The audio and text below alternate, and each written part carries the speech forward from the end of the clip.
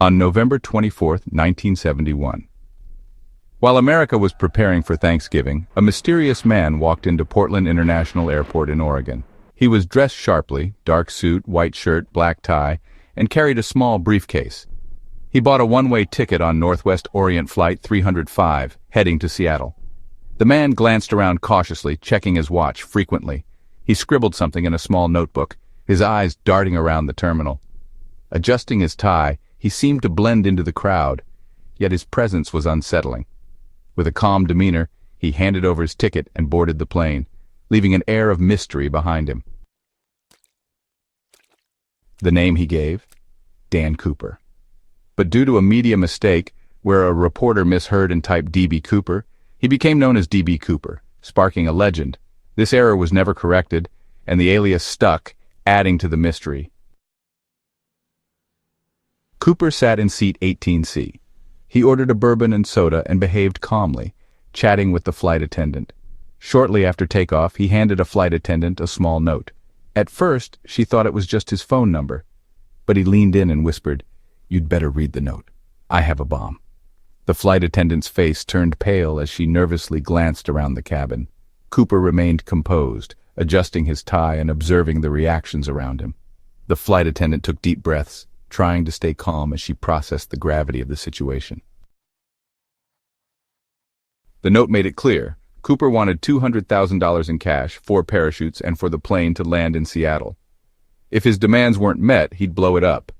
He opened his briefcase and showed wires, red sticks, and a battery. Maybe real, maybe fake, but no one could take the risk. The note was handed to a flight attendant who read it with trembling hands.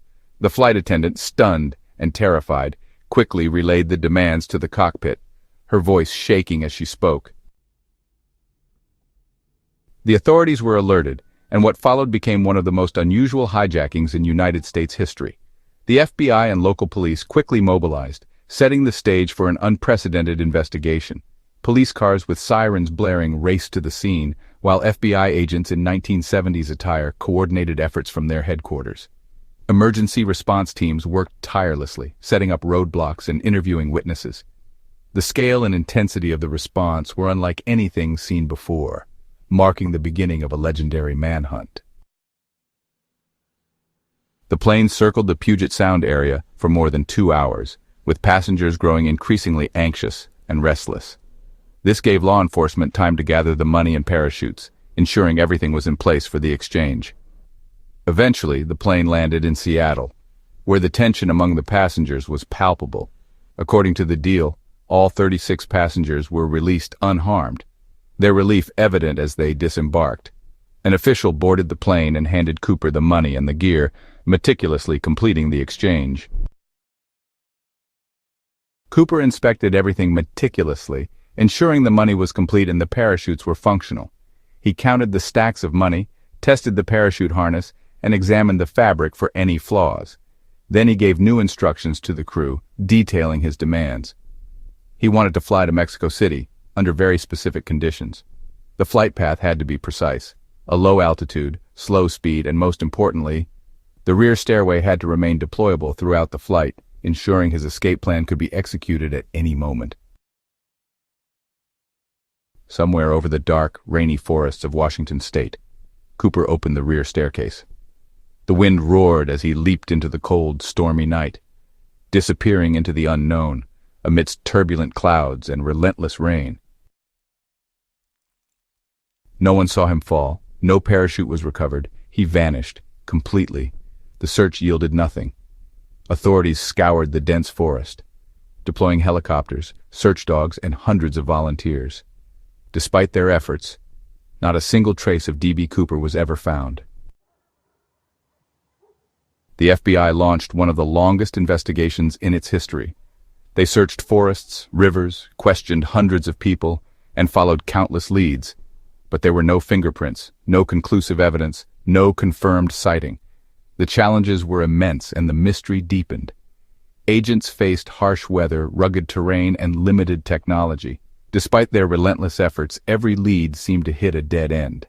The case remains one of the most perplexing in FBI history.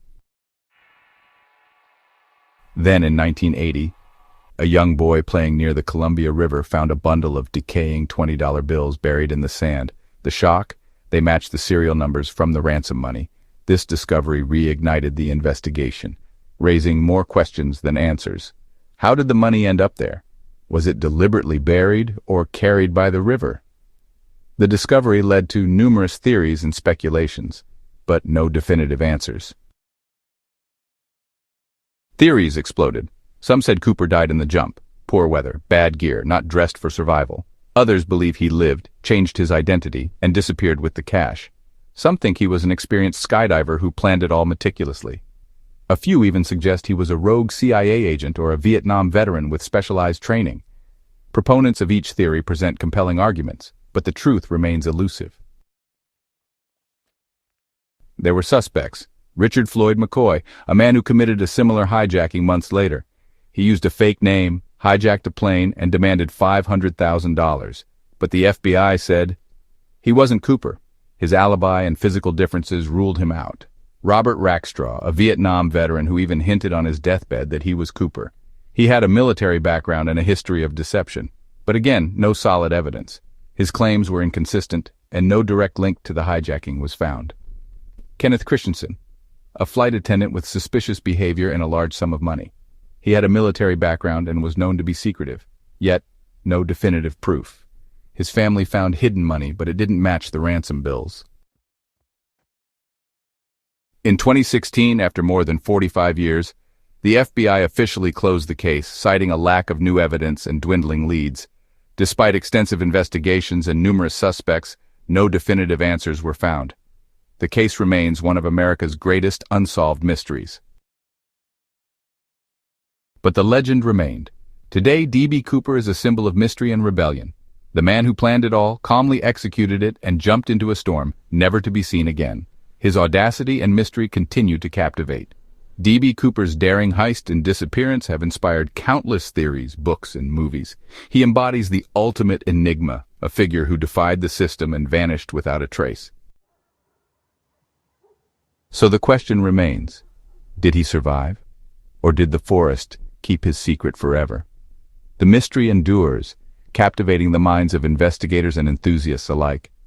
The enigma of D.B. Cooper continues to be one of America's greatest unsolved mysteries, leaving us to ponder the fate of the man who vanished into the wilderness. What do you think? Share your theory in the comments below. Don't forget to like this video and subscribe to Stephen's Tales for more unsolved mysteries. Hit the notification bell so you never miss an update. Join the conversation and let's solve these mysteries together.